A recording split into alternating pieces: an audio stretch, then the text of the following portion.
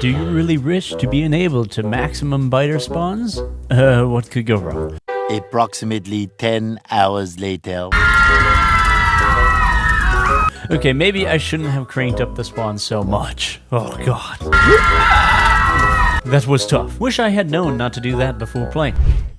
Welcome back to another video by yours truly, Noobert. As you can see from the animation, I'll be covering the topic of 10 things you wish you knew before playing Factorio. They're not all gonna be about enemies, of course. Most of these lesser known tips have to be with general game efficiency and interesting features. Before we begin, don't forget to like this video and subscribe to my channel so you can be up to date on all the cool videos I put out. Oh yes indeed, you must subscribe. We need those subscriber numbers. I'm competing with my buddy Troopin right now and we really need the subscribers. He's polling ahead, way too far. One of the main things I wish I knew before playing Factorio was that you should leave enough space. The thing about this game is space for future development is always important. As a natural consequence, playing your Factorio is going to continually expand throughout the game and become a sprawling monstrosity sucking up all the resources of the planet. Not leaving enough space hampers, that's the goal, because your spaghetti empire just got too big. With that in mind, you want to ensure there are always extra room within your factory, and if there is already space, well, double it. The planet map is massive, so it's not like you're severely restricted by terrain, or anything like that, of course. Live out your dream of being a capitalist overlord, dear player. When setting up an area, you should go with a rough estimate of triple the initial size. This means reserving 2 to 3 times more space than you currently need. Of course, spreading everything too far apart isn't a good idea either, so try to keep a healthy balance. Some people play Factorio casually, building wherever they feel like building. Others play it like a city planner or an accountant, meticulously calculating everything from available space to materials needed. There's nothing wrong with either playstyle, but if you're the latter player, you'll relate to me when I wish I'd known there was a material calculator. It's an invaluable tool created by Kirk McDonald, and you can find it at the link below. Being able to manage ratios of inputs makes a world of difference. Instead of manual calculations or rough guesses, no more having to go back and build more lower level manufacturing machines or tearing down buildings due to excess space taken up. With this calculator, you can be a lot more efficient. Kinda bummed that I didn't discover it earlier, to be honest. At least you guys won't make the same mistake. Now here's one thing I bet most people wish they knew before playing: enemy management. And no, I don't just mean killing them. That's straightforward enough. I'm talking about controlling their spawn rate and behavior to begin with. Lots of new players aren't aware that you can adjust enemy spawn rate or disable it altogether in the pre-game options menu. They just go with the defaults, ignore the enemies while building their factory, and then get freaked out when hordes of biters start appearing.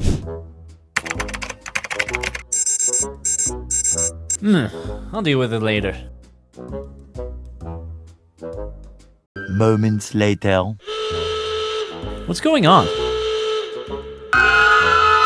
Oops. In general, if you're a newbie, it's better to disable biter spawns by setting the enemy size to none before the game starts. This means you can focus solely on learning the intricacies of factory building without being harassed by bugs. Alternatively, play on peaceful mode for a slightly more challenging but still chill experience. Peaceful enables enemy spawns, but the bugs won't be aggressive unless attacked first. If you do want that experience of fighting aggressive biters, then I recommend being proactive. Wipe out nests whenever possible, instead of only when you need to expand. Don't give them the chance to expand themselves, or you might start having trouble once enemy swarms become too large. Speaking of things you may not know about, here's a reminder in case you guys forgot. Subscribe to my channel. I'd really appreciate it, and you can get the latest updates for vids on Factorio and loads of other cool games. That's why you won't be in the dark or miss out on content drops anymore. I'm competing with my buddy to get more subs, so definitely hit that sub button and give us a help out right now, yeah? I appreciate it a lot. Thank you. Do you know about the power of the Q key? Despite executing a simple take from drop into inventory command, which may seem underwhelming on paper, Q is a highly valuable tool that lots of newbie players don't know about or utilize fully. First, the drop in inventory command. Whenever you're holding an item with your cursor stacked, pressing Q will return it to inventory, and if you're playing Project Zomboid, pressing Q will allow you to instantaneously win the game. You don't even have to open the inventory and drag it manually. Q does the work for you. If you're currently engaged in wire placement or rail planning, the command also cancels those. Simple but versatile, and that's not all. When hovering your cursor over resources or buildable entities, enemies, Q can pull the appropriate tools from your inventory if you have them. Hover over ore, it puts a miner in your hand. Hover over water, you get a pump. Hover over an item, you get another copy of it, and so on. It's absolutely vital key command that I wish I'd known about from the start. 10 out of 10 would recommend. Next up on the list is the fluid pipe management. It's a really important thing to keep track of once you progress beyond the early game, but I definitely didn't do a good job of it when starting out. You guys already know pumps are important, right? If you don't consult the wiki or my video guide on Factorio beginner tips for a brief explanation, what I didn't mention there though is the difference when choosing types of pipes. In general, underground pipes have an advantage as opposed to regular pipes that run above ground. They make the layout cleaner and don't clutter available space while also allowing you to push fluid further without needing as many pumps. Of course, these pipes are more expensive too, but they are definitely worth it. You should also be aware of fluids when pumping them, as accidentally setting the wrong pipe flow directions can lead to liquids mixing.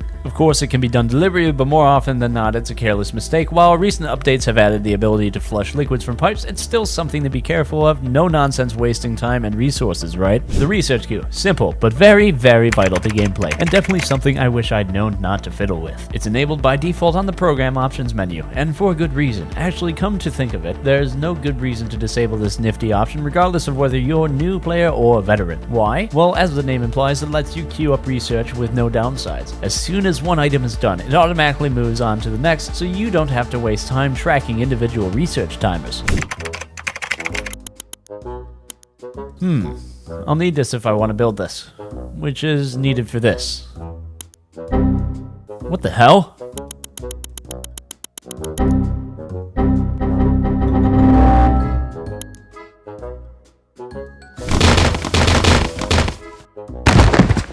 History is full of stories about certain inventions: leapfrogging, progress forward, penicillin, dynamite, the atomic bomb, burgers and fries. Well, I can go on, but you get the point. It's the name thing in Factorio. Lots of players start out with the assumption that you're gonna be wandering around your factory compound on foot, maintaining the machines and stuff. Well, little do they know, the game has some pretty kick-ass vehicles. Unlocking your first vehicle is honestly a major leap forward in progress. Of course, you're not gonna get some fancy rocket or spaceship for your first vehicle, just a little car. Still, it allows you to travel larger distances much faster than you could on foot, which further enhances your ability to expand across the planet as well as respond to enemy threats. It's a worthy goal to work towards that newbies may not be aware of, and pretty much marks the end of the early game. By all means, you should aim to get a car ASAP, and kind of like in real life, I guess.